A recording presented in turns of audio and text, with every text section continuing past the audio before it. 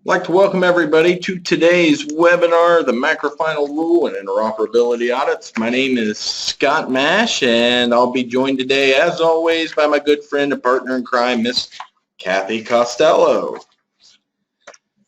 Let's get rolling right into everything. What we're going to focus on today are the rules that relate to information blocking and the surveillance reviews that ONC and the ACBs can perform. Now, there is language across several rules. It's the outpatient rule. There's a little bit of stuff, of course, that's primarily focused about meaningful use, but there's some overlap. The ONC Health IT Certification Program Final Rule, lots of language about the vendor surveillance reviews and information blocking reviews. Of course, there's language in the 2,300 plus pages of MACRA, and there's even language going back to the 2015 certification final rule, which was released in October of 2015. That's where we first saw language about the reviews from the ONC ACBs for products in the wild. Yeah, and this whole presentation is a little more technical and legal than the ones that we normally do when the regs come out, but we felt it was really necessary because this is a whole new developing area of the law and the compliance that goes along with it for hospitals and physician practices and what will ultimately be all healthcare facilities. So just to set for you why we did it and the fact that just in the one MACRA rule, there's over 60 pages devoted to this subject. And then, as Scott said, the second rule that came out almost within a day or two, the Health IT Certification Program rule, is another several hundred pages devoted strictly to this topic. So you can see where ONC and CMS are moving with this, and we just thought it would be really good to give you a heads up about it. And really across these rules, what we're seeing is the ONC filling in what they plan to do to perform the oversight functions, or getting all the authority straight, and the legalese there is incredible. And we are now starting to see some language about the concerns with not only the certified products, but the surge of non-certified products that we're seeing out in the marketplace as, things like chronic care management programs and other programs come forth. First, let's talk about what is information blocking. And the first time we saw the term information blocking from CMS was back in that report on information blocking that they gave to Congress in April 2015. Now, information blocking occurs when people knowingly and unreasonably interfere with the exchange of health information, and there are three criteria that have to be met for CMS or ONC to deem that information blocking has occurred. First, you have to interfere. You do something that interferes with the ability to access or use, exchange, discrete data, discrete patient information, and this includes everything from policies or practices that make sharing difficult, make it costly, or just flat out block it, just deny letting that occur. You have to do this knowingly. This means that it can't be something when you're implementing an EHR. If you make a mistake and some information is blocked, but you didn't know about it, it's not knowing. You didn't do that knowingly. So, and also there just has to be no reasonable justification. I copy text directly from the report because they specifically say that there are times when you block information that is reasonable. It can be justified. We're going to talk about examples of that, but if you think about a lab test where a patient's, you find out a patient that has terminal cancer, you don't want them to read about that on the portal. You're going to delay that information from being shared so that you can bring the patient in, you can set them down. That's reasonable. It can be justified, so it fails the third check. Okay, there are 4 distinct rules in all these combined new regs and proposed language. The first area is the rule is designed to basically take the ONC Chapel certification program to the next level. because the way that Chapel works and the certification program works is it's in a test environment. We'll look at that in the next slide, and so you have an understanding of how that works. But what this rule does is now carry that out into a production environment, live environment. So it's really what it's doing is it's giving teeth to the language we first saw in the 2015 circle. Right.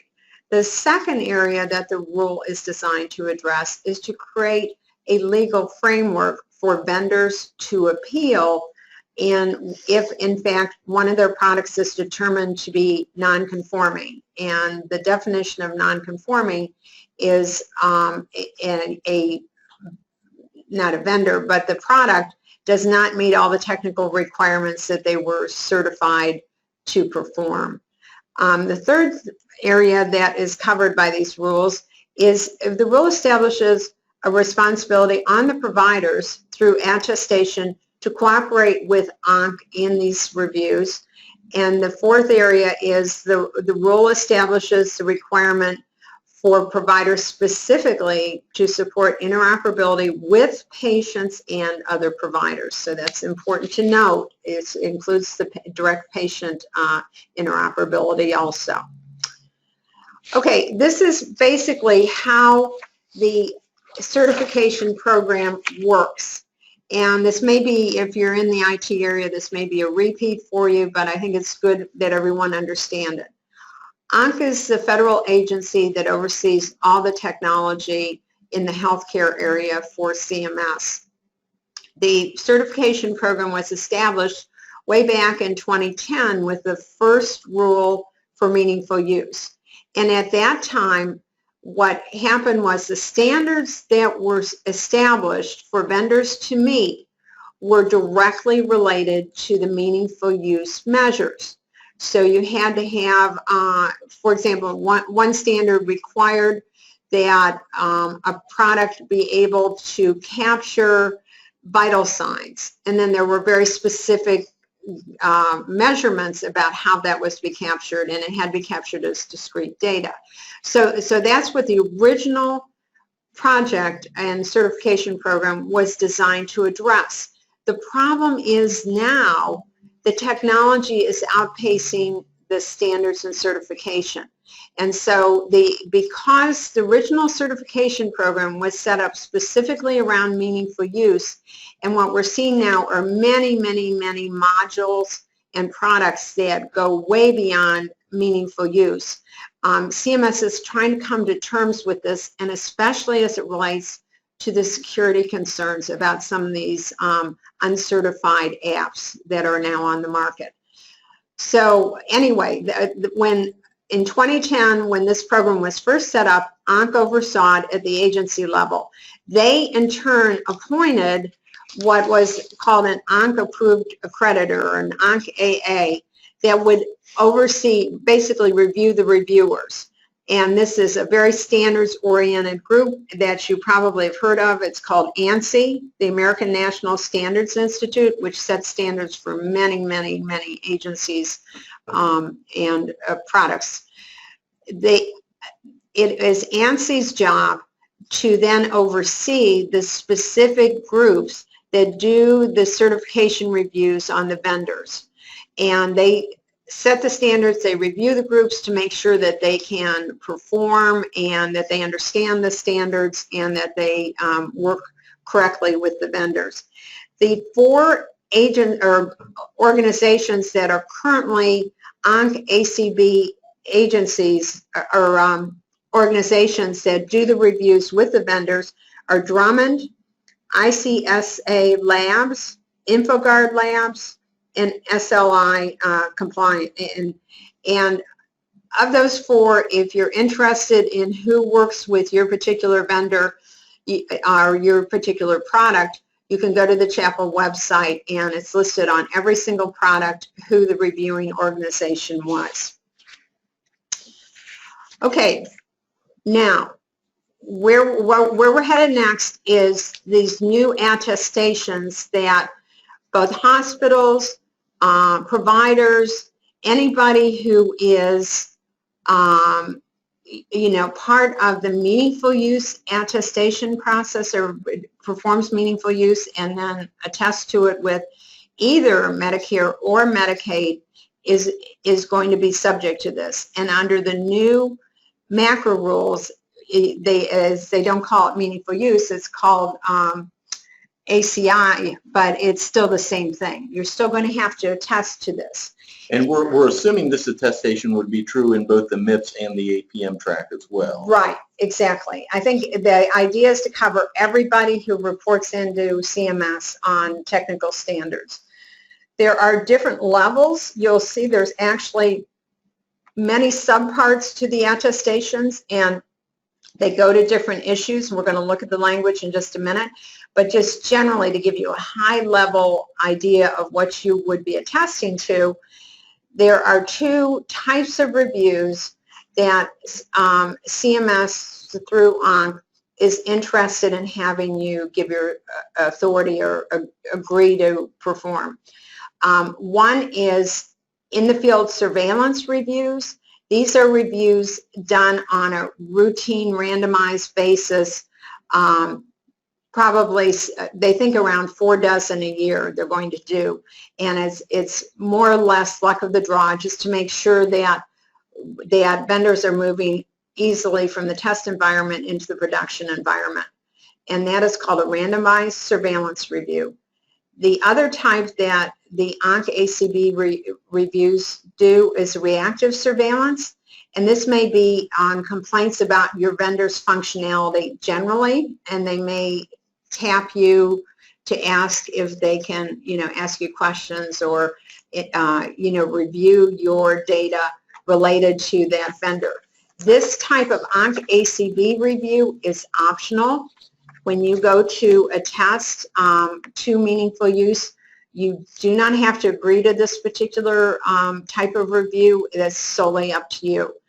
The second type of review is called a direct review, and direct review is done by ONC. It's directly overseen by ONC. Either ONC themselves come in and do the review if it includes areas that ONC ACB aren't qualified to handle, or they can work through the ONC ACB organization if there's been a direct complaint about your organization. So these direct reviews, you have no authority to deny ONC in doing that, and you'll see how that's focused in just a minute.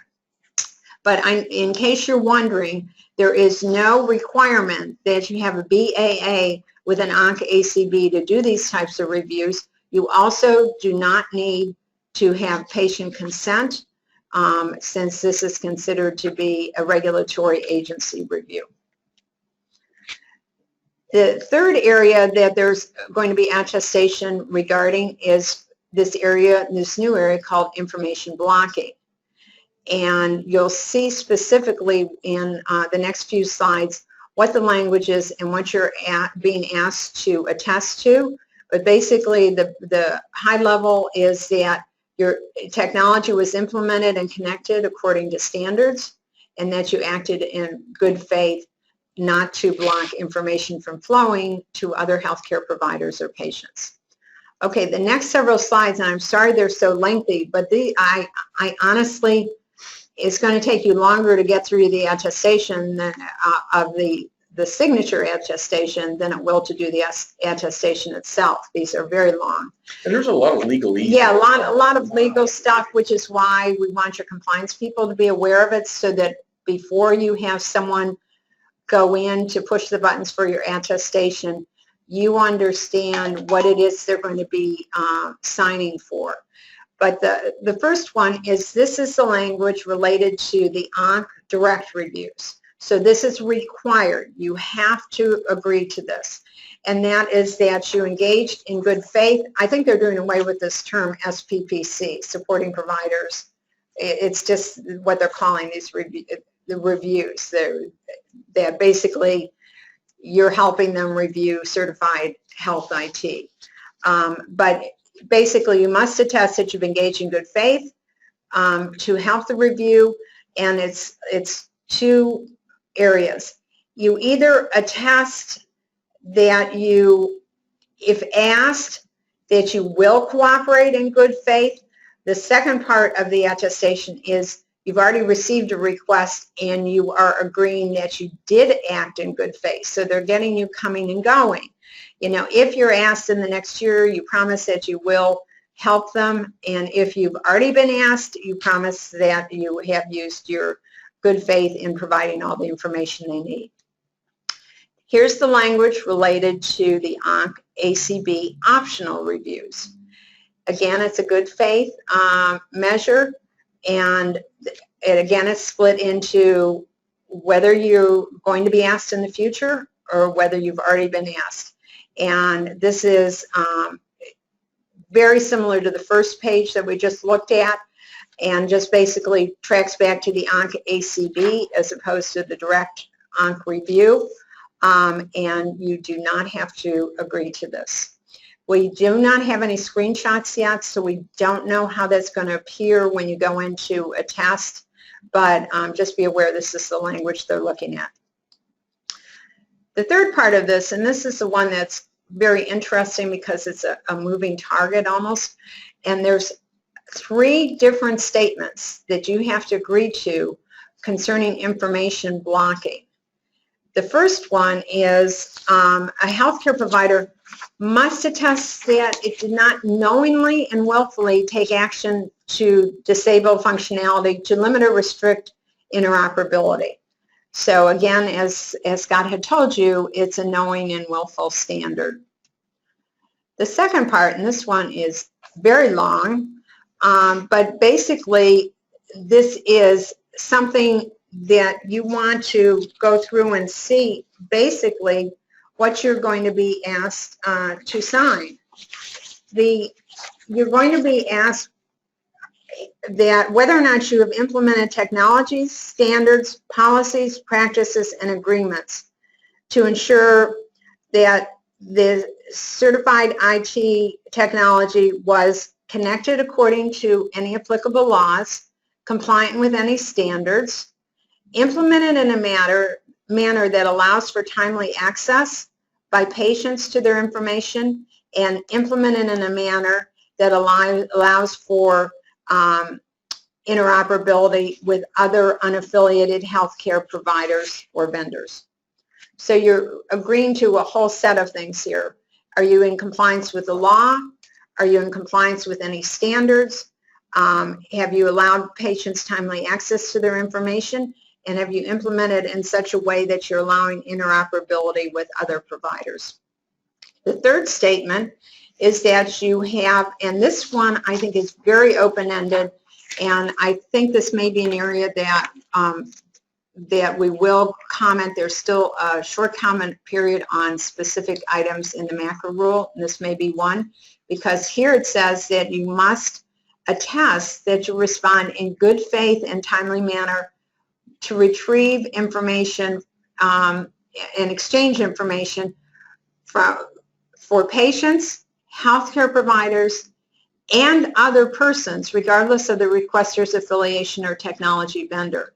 That other persons category does not have any limitations on it, and Lord knows, I don't know if that would mean, you know, if someone was suing the organization, if it meant that the attorney could request and have access to that without any further requirements. I mean, it even opens up to direct payer access as well. I mean, yeah, with the way it's defined currently. Yeah, so. I mean, and you can understand the patients and healthcare providers, but I'm not sure what they were thinking of in other persons other than to make sure they'd covered everyone. So anyway, with that, let me turn it back over to Scott. Okay, now we're going to talk about what you, the provider being the hospital, the organizations, what you have to do to make sure that you comply with these rules. And again, we're going to talk, on this slide, we're going to talk about what you got to do to comply with the ACB Surveillance review or the ONC direct reviews. And when I first looked at this, I really saw it very similar to those HIPAA bench audits that we first saw. So the first step is you're going to get a call, you're going to get an email, you're going to get a survey from ONC or an ACB. Really the goal is going to be to at least be able to allow several avenues for response that meet your needs or meet your preference. So let's say you get a survey and you'd rather talk through it.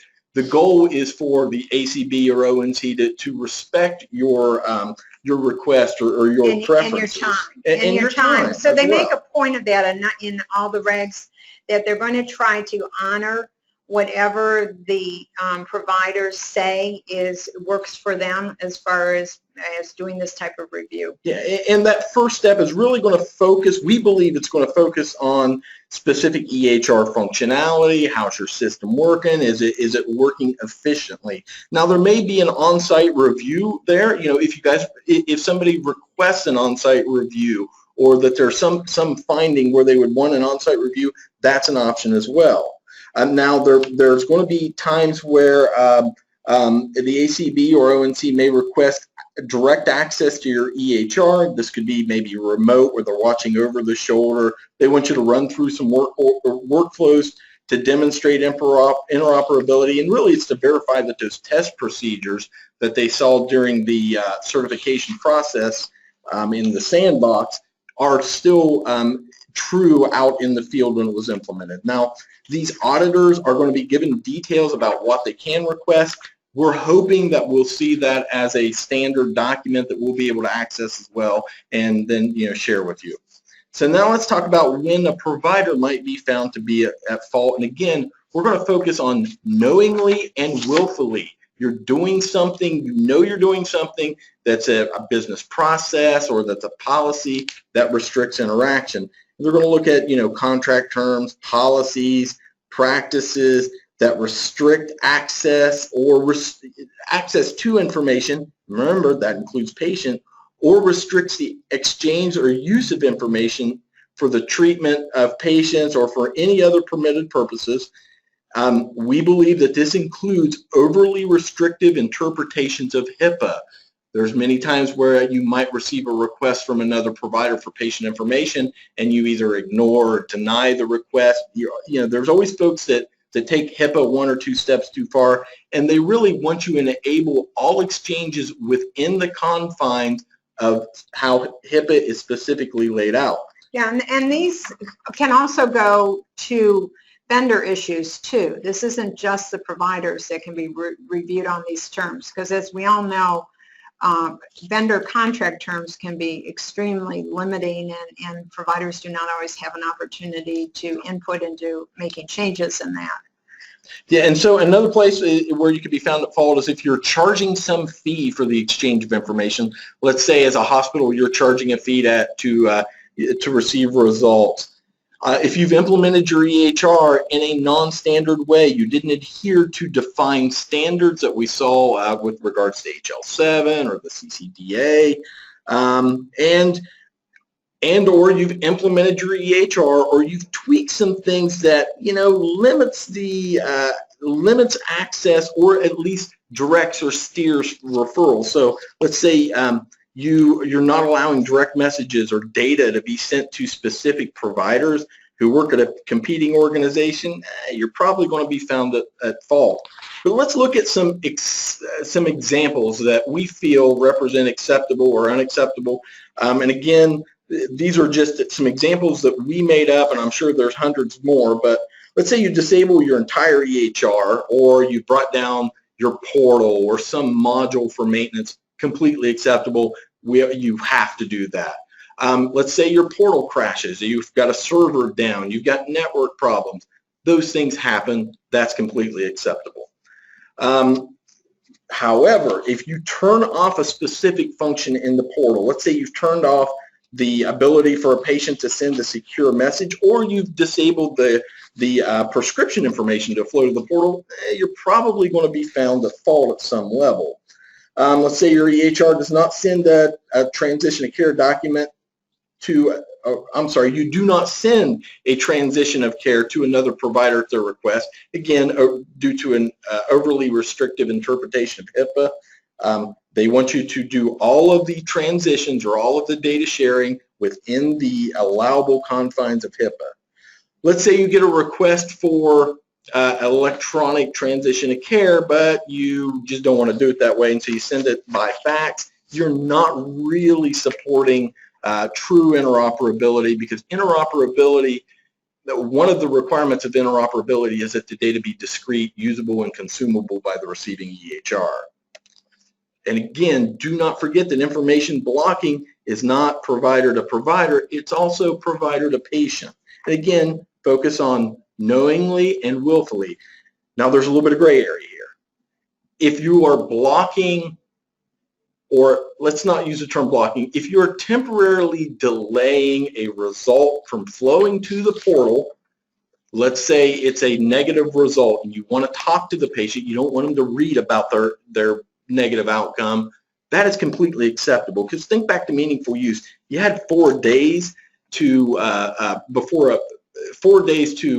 for the provider to release that information, and that's probably a good working guideline. You know, it's important that you have that relationship with the patient. But if you block a specific panel or you're blocking by protocol, that's going to be an issue. But again, here's where I see there being some gray area. You have to consider your state and local laws. You have to consider the regulations with regards to minors. If the parent may have access to the portal and the minor comes in and they get a drug test or an STD test, or there are always going to be caveats to this. Right, but I think the key here is look at that language in the middle of the page that's in red, that's straight out of the regs, is CMS takes you right up to the edge and is about ready to beat you over the head with a bat on the question of setting up general policies that restricts the general flow of information to the portal. So you take a category of information, pregnancy tests or HIV tests or whatever, and say every single case that comes across, not only are we going to hold it for the allowable meaningful use period, but we're going to hold it until the next time the patient's in, or or whatever.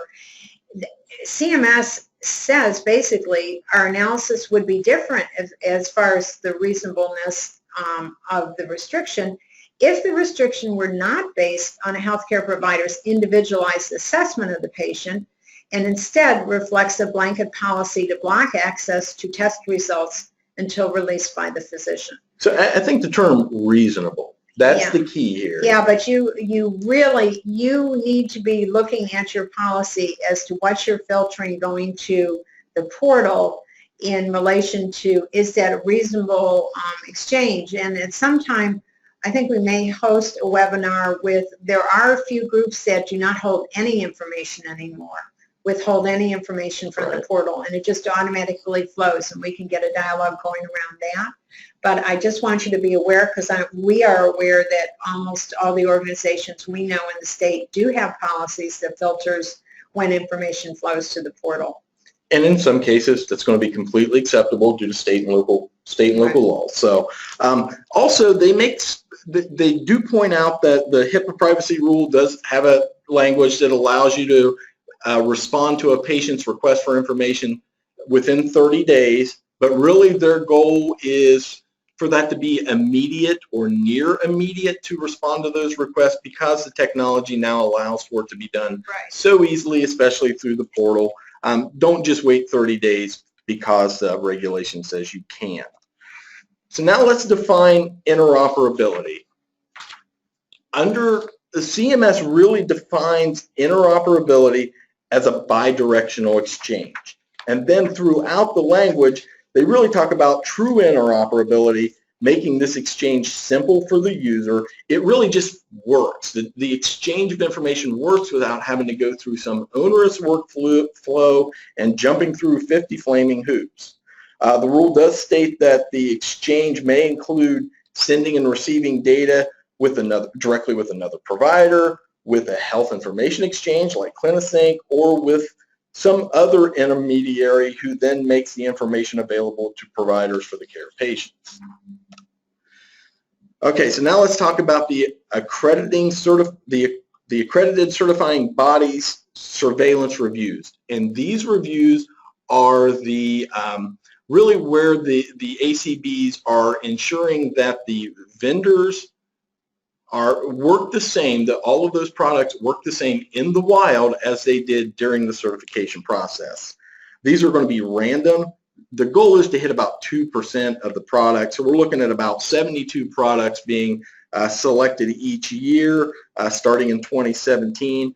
And as you know, we've seen the number of certified products shrink over the years, so that percentage may go up as we have another round of upgrades and mergers and whatnot. But if your product's selected for review, what the ONC is going to do is, or the ACBs are going to contact the vendor and says, hey, you've been selected, your, let's say Allscripts, your Pro line's been selected for a surveillance audit. Send us your list of customers. And that customer list is going to have the primary contact person, and that's who the ACB is going to reach out to. They're going to go, their only interaction with the vendor is going to say, give me your contacts, then they're going right out in the field. Right, and the next bullet is really the standard that you will be judged on, or not you, but your vendor will be judged on in the production environment. And the standard is whether or not the technology is available to users in a manner that allows the technology to be used for its intended purpose, including uses reasonably within the scope of certification. So if you look back towards the test procedures for that are used during the certification process, that's what the ACB is going to be looking at. They're going to make sure that it works the same in the real world as it did in the sandbox. So what ONC is doing is you're either having a finding, as we said, this setting up vendor policies also, is there's either a finding of conformity, meaning that they do meet the certification standards, or there's a finding of non-conformity, and that's when you get into these other areas. So let's look at some examples that we think would be examples of the non-conforming technology. Now some of these are going to be difficult to test or difficult to review, and I'm sure the ACBs will have some means of doing that because they did during the certification process. But let's say it's a vendor's failure to provide you with training materials, with those workflows to show you how to access the interoperability functions within the EHR. Let's say the CCDA doesn't adhere to the defined standards. Under stage 3, that's going to be a CCDA 2.1. The inbound results doesn't conform to defined technical standards, or the standards for the discrete elements to be consumed for that inbound data. So let's say you have an inbound results interface, but for whatever reason, it doesn't consume that data down to the discrete elements. The only way you can get it as a document when it's really a blood panel, that's going to be nonconformity. When a workflow for sharing that information, for pushing that information out, requires steps or workarounds that weren't part of the defined workflow that was shown during the certification process. Also, if the portal or API doesn't allow full access to the common clinical data set, now that is different from an application that utilizes the API but is only written to focus or access a specific subset of the common clinical data set. They just want to make sure that the portal or through the API that it is fully available. Now, yeah, this next area, the ONC direct review, let's just go back to the proposed rule just so you know how this changed. In the proposed rule, CMS asked threw in everything and the kitchen sink too as to what they had the authority to review, and we'll talk about that when we get to their proposed language.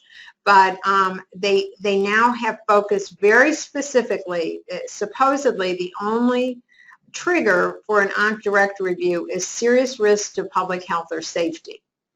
Yeah, and that one thing that they specifically say that they are not looking at is security or HIPAA or cost-related areas. And when I say cost-related area, it's where healthcare costs would be increased due to something within the system. But they're not looking at security and HIPAA, at least under the defined rules that we're looking at in this specific case. Now, they also can do an ONC direct review in cases where the ACB has authority, but there's some other factor, there's some other consideration, which we've kind of listed there. But yeah, it's like what we had all talked about when the proposed rules came out, and that if they're doing this type of review, it may well get them into areas about your business structure and your underlying organization, your confidential contracts and policies, and that type of review basically is considered, I won't say it's off limits for the ONC ACB, but that really goes back to ONC stepping in and taking over that part of the review.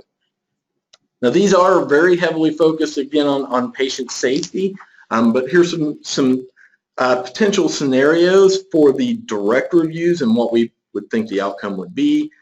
If you just have extreme slowness in your system, it takes forever to log on, it takes forever to pull up a patient record, that could be a patient safety issue, especially if you're in the ED. The ONC is probably going to find that if the vendor is unable to make changes that would resolve those speed issues, that they're going to be found in non-conformity.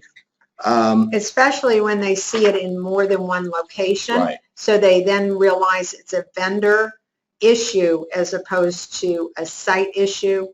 And that's when you come in with a finding of vendor nonconformity. Another example is the ONC gets a complaint that a hospital system, their EHR is dropping med orders, they're just not flowing, or they're just dropping out of the chart. This would definitely be seen as a patient safety issue.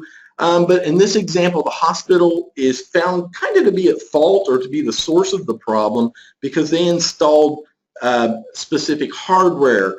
A good example would be, let's say they installed a non-supported platform. It called for Microsoft SQL and you use the Oracle database instead. The vendor's not going to be found at fault in this example. It's going to be found to be the fault of the client action, and now that could be referred to another agency and fall under right. the information. Yeah, we're going to talk about that referral to other agencies in just a minute. A couple more example is, let's say a hospital has a product that they use with their congestive heart patients where they're issued a home scale, and that home scale automatically sends data back to the EHR that is then acted upon by the care team, but they're seeing a dramatic increase in readmissions for those same patients, and they find out that it's a potential vendor nonconformity. There's something within the system that's wrongly triggering the patient to be readmitted.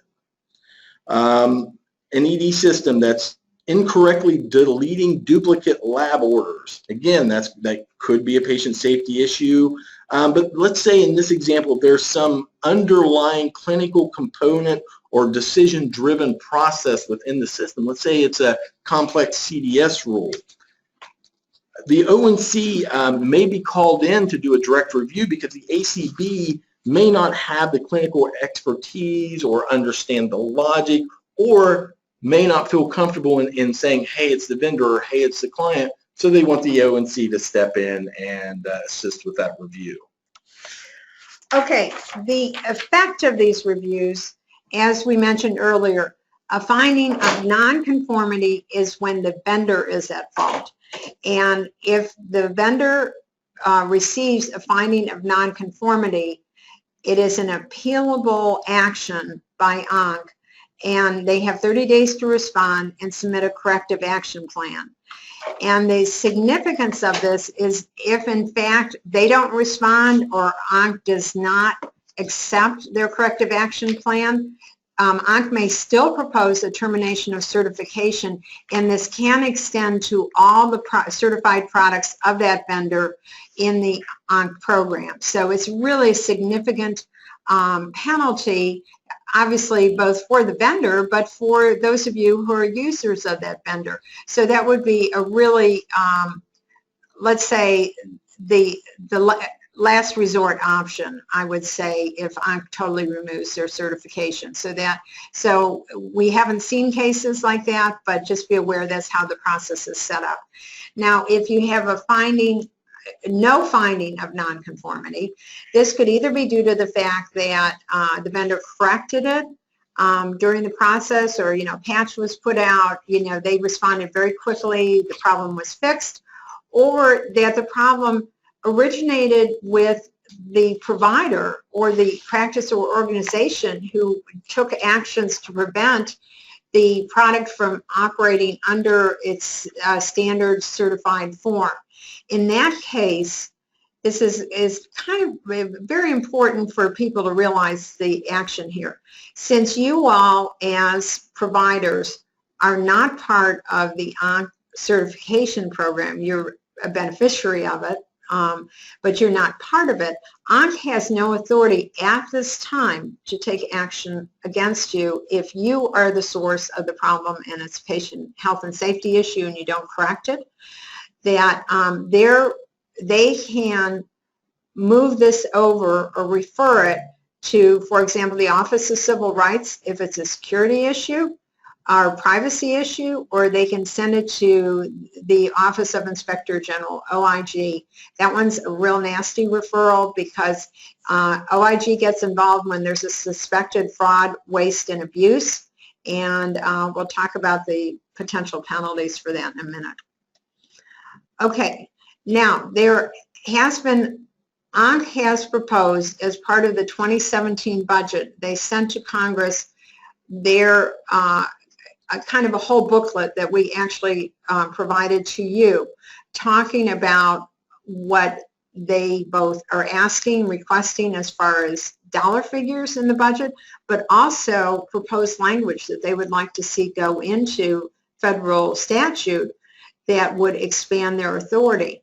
And as we mentioned, what it has occurred to date is they've cobbled together and used this meaningful use certification program to approach vendor issues.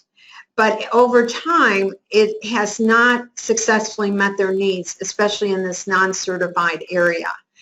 And so what they are asking is for their language to be expanded to give them authority in areas that they do not have authority under the health IT certification statutes. And the first area is to get control over authority to establish standards or criteria beyond vendor certification related to business policies, practices, and behavior of health IT entities related to electronic exchange. And I think a good example of a non-certified product that we're seeing more and more is care management platforms. You know, with the rise of CCM and TCM, yeah, we've seen applications that interact and interface directly with the EHR that are used by some third party. They're exchanging information back and forth. It's patient, you know, it's PHI. Those products aren't certified, but are inserting and using information from the certified product. And the ONC feels, and I believe, that they should have some level of oversight for those products. Yeah, and the funny thing is, in their regs that have been coming down fast and furious, they recognize that they have to move into the uncertified area to keep up. Because, for example, in the CPC Plus program that is just going to be starting in January for certain practices, there is language that some of the technical requirements, functionalities they want to see doesn't even have to be certified.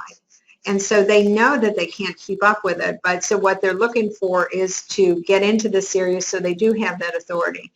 And they want to look at the second bullet point, because this is a very large leap from where they are right now.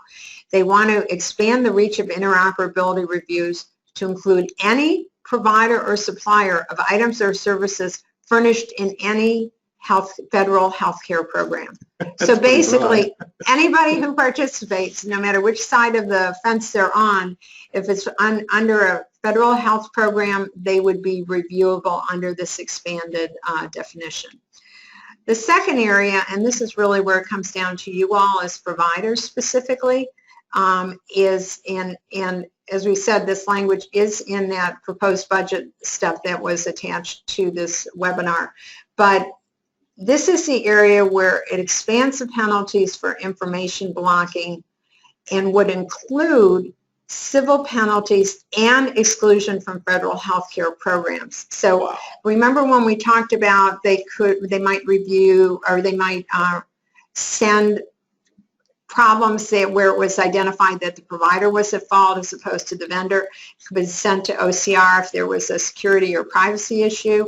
It might go to the OIG. Well, that OIG, it can be a really nasty one, because if in fact the OIG would find a nonconformity on the part of the provider, nonconformity meaning not meeting interoperability, they could, besides fining you, those civil penalties can be quite costly.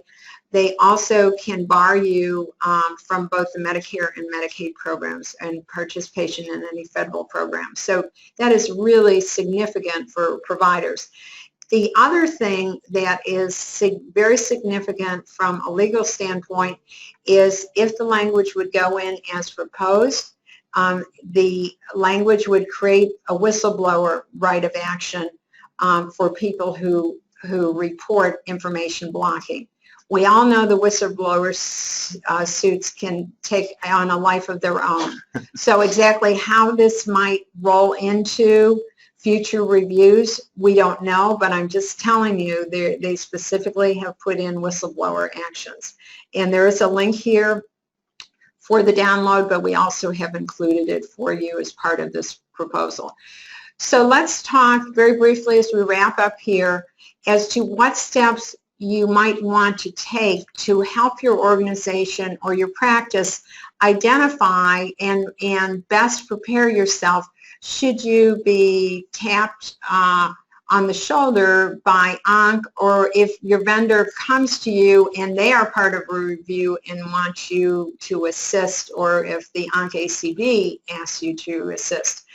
So the first thing I think is to look at your technical capabilities and the interoperability functions specifically to ensure that you are meeting all vendor requirements and all published standards, for example, the standards for meaningful use.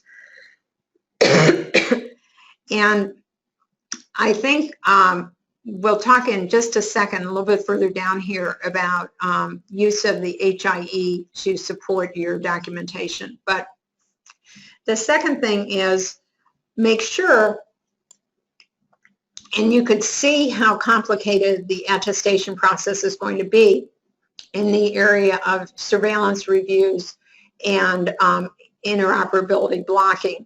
So make sure that whoever is doing the attestation for your organization, for all attestations, your individual EPs versus the hospital itself, make sure that they understand what the attestation box is going to say and what you expect them to be checking or not checking in there. And we may have to wait until we actually see the final screenshots to understand the process a little bit better. But just be aware that it's such a complicated area. You want to make sure that they understand what their role is. And then review your patient portal policies. And if you have not done so yet, make sure you put in writing the guidelines that you use as to how information is pushed to the portal. The next thing you want to do, and this is something that the HIE can help you with, certainly CliniSync will provide you with this information, and I'm sure other HIEs would also, but you want to document through a summary document. I know we have this for each site to show, you know, A, that you're contracted with the HIE, but B, where your connections go. You can show all the practices that receive information from you, receive lab results, stuff like that. You know, there's all kinds of ways to document this through the HIE, and I think that your account reps are quite well aware that this is going to be a new requirement, and so that is something that can go to your book of evidence in case you should be audited. And then make sure you review any contracts that might possibly, and these I'm talking mainly in the area of vendor contracts, that do they have restrictions on information flowing to non-like vendors? And we all know that there are a few of those out there that do. But you also want to make sure that there is no related contract involving your release of information in the community. And yeah, and that would include like a business contract or an organizational affiliate contract where you're restricting information back and forth or to other entities. Right, right. And then make sure Scott and I are firm believers in narratives. Yes, I mean, we have worked on way more audits than you really want to be involved in. And hopefully none of you will on a regular basis. But we find the narrative does two things. It helps you to cement in your mind what your process is. And if that means taking it up the ladder within your organization to get an official policy that someone above you has signed off on, then so be it. But it also documents in a certain point in time what your policies and procedures are related to information flow. And you want to, it's just will be very good for you, and it's a new area of potential audit, and it will help you tremendously if it comes in for you to be able to produce a sheet or a couple pages that explain your whole process and whether or not you create a grid. I mean, some people are very, very techy about it and can put a whole little diagram together, but at the very minimum, I think that you would want to do a narrative about how you push information. Yeah, I always jokingly say to folks, if it walks like a duck and quacks like a duck, your narrative better say why it's not a duck. And because really the goal of the narrative and the information you're going to submit, you want everything to be clear. You want that narrative to call out specific points because you don't want to go to the next step. Yeah.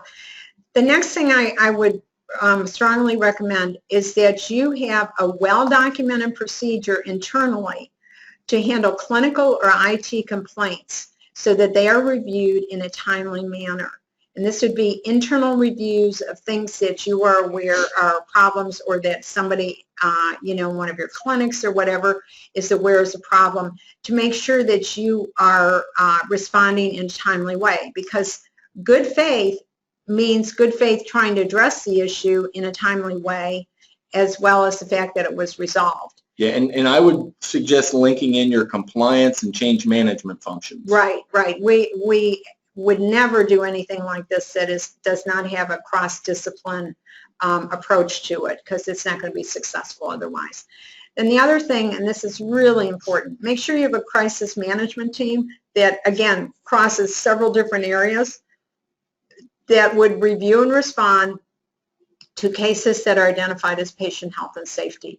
This could be a two-sided component, one being internal review, the other is as a link if you are tapped for an direct review, that you already have a team in place that can respond and work through this.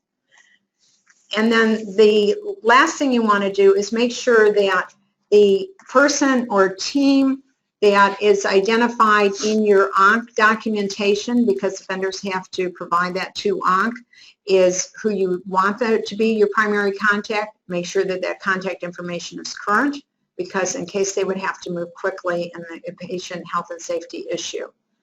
The last thing I'd say is we don't know where we're headed with this proposed language, because we're in lame duck. Officially, we hit lame duck today at the federal level, a day after elections, and we don't know if this is going to move, if it's going to be inserted in another piece of language or another statute, proposed legislation.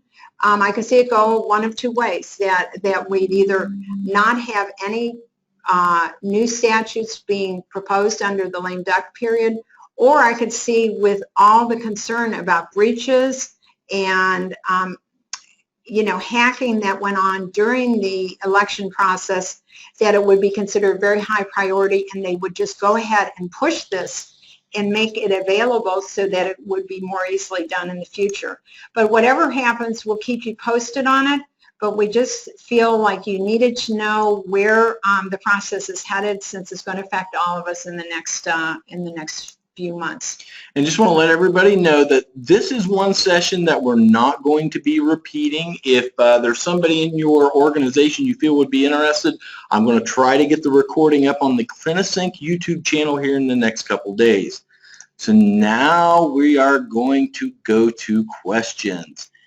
Well, I think you kind of answered this one, but we'll go through it. It says, any thoughts on how the Republican president and Congress will change any of this information? You know, as I said, I think that it was pretty clear from the debates and everything that I am anticipating kind of a level set period where there might be a general review of all proposed regulations and proposed legislation for agencies, because there's a real anti-regulatory approach, and that's not all bad. Honestly, it's not all bad to look at that stuff, as I said, on the one hand. But I can tell you from our involvement at the federal level that privacy and security is like tantamount to the #1 issue in health IT right now, and I'm not sure that any political divide is going to override that, and I do anticipate that some type of language will come out. Does the information blocking attestations begin for 2016 or the 2017 programs? It begins on January 1st of 2017 and includes 2016 attestations. And this is more of a comment, but I agree with it. The vendor issue is huge, and you know, there are some vendors, in my experience working with our clients, where the certification, the procedures used or demonstrated to achieve certification once installed in a real environment really don't support interoperability and don't follow standards. So I absolutely agree. Next question. So if you routinely block HIV results to the portal, is that an example of problematic blocking? Now, I believe there's a state rule with regards to that, right? With HIV, or am I thinking something else? That, you know, that's sensitive data, and the states try to get away from handling sensitive data separately. So I can't say that it was at one time covered. I would have to check and see if it still is. But the point is here, this is exact, you were raising the exact issue that was raised in the regs, and that is that CMS seems to be strongly encouraging you not to take that approach. And as I said, we're aware of at least a few organizations that are releasing everything to the portal directly. But if you choose to go this way, I would write up specifically what you're doing, when the patient is notified, who makes that decision about holding it, and for what period of time. Because I think the regs are pretty clear that they don't want to see just general blanket you know, withholding of data without some explanation or, you know, timing to get it to the patient. Next question. We are a family practice and we refer a lot to other specialties. We're having problems with specialists not accepting our electronic referrals. We have to send it electronically to meet our measures, but then also fax it to them because they told us they do not want to accept them electronically, and we need to make sure our patient gets the care they need. Is there anything we can do to make them accept them electronically? You've really identified what the issue is on interoperability. What I'd say is you technically can force their hand, but over time, you know, the process is being more clearly developed. Certainly, the HIE liaisons out in the community will take the name of those people and try to work with other practices to bring them to interoperability, show them how they can submit stuff either through the HIE or directly through direct secure email. So I think it's going to be a process, but under the new MACRA regs, every practice is going to have HIE capability for referrals and transitions of care. There will no longer be exclusions for less than 100 transitions of care. So it's going to be important that no matter what your specialty is, that you make sure that you have that capability to send electronically. Yeah, because if you think back to the stage 2 meaningful use requirements, there was a requirement to send. There was never a requirement to receive, which was a failing of the program. But we see that now there is. Yeah, in stage 3 or now MIPS or ACI, there is a requirement that you have to receive. All right, next question, and this is a long one. Instead of providing interoperability directly from the EMR, say through direct trust emails, our vendor is pushing end users to HISP interfacing at additional costs, or HIEs the vendor has an agreement with, free of additional costs, but no necessarily with providers requesting information from our providers. I wonder if that would fall under information blocking because our vendor solutions are either cost prohibitive or don't get information to providers requesting it. Am I correct in assuming that our vendor solutions are outside of what they were certified for? Now, maybe, maybe not, because what a lot of vendors did is they went through an initial certification, and then as they added new functionality or they did considerable upgrades, they went back and got recertified. I know the vendor. Do more, yeah. The vendor. I know the vendor you're speaking You're speaking of, and that will be an interesting case. Yeah, and I think what you'll see is what in 2014, when we first went to stage 2, there were a number of vendors that were notorious for not being truly interoperable. But over time, and as the HIE gets more robust, and as other vendors get more robust in this area, that you see them upgrading and getting away from this. But certainly, if it continued, that might be a source of information blocking. Next one, if current progress notes in our EHR does not properly import the plan portion into the CCD as a result of the information not being put in the correct structured data field, would that be considered as being unacceptable? Now, that's really user error. You're always going to have examples of user error, but what they're going to be looking for, the ACBs and ONC, they're going to be looking for specific examples where everything was put in the right place, but then did not flow. Yeah, the progress notes may not be required. Yeah. I mean, they're required to be part of CCD, but there's like underlying requirements. So I would say this is an area that they need to be working towards, but I'm not sure. It depends. It could be considered patient health and safety if the information is not being correctly pushed, but whether or not it be considered a knowing and willful violation, I don't know. I think that would be more of a user error or a mapping issue that could be quick. Again, remember, you got the corrective action plans. It could be something where you're found at fault, but you have a quick fix.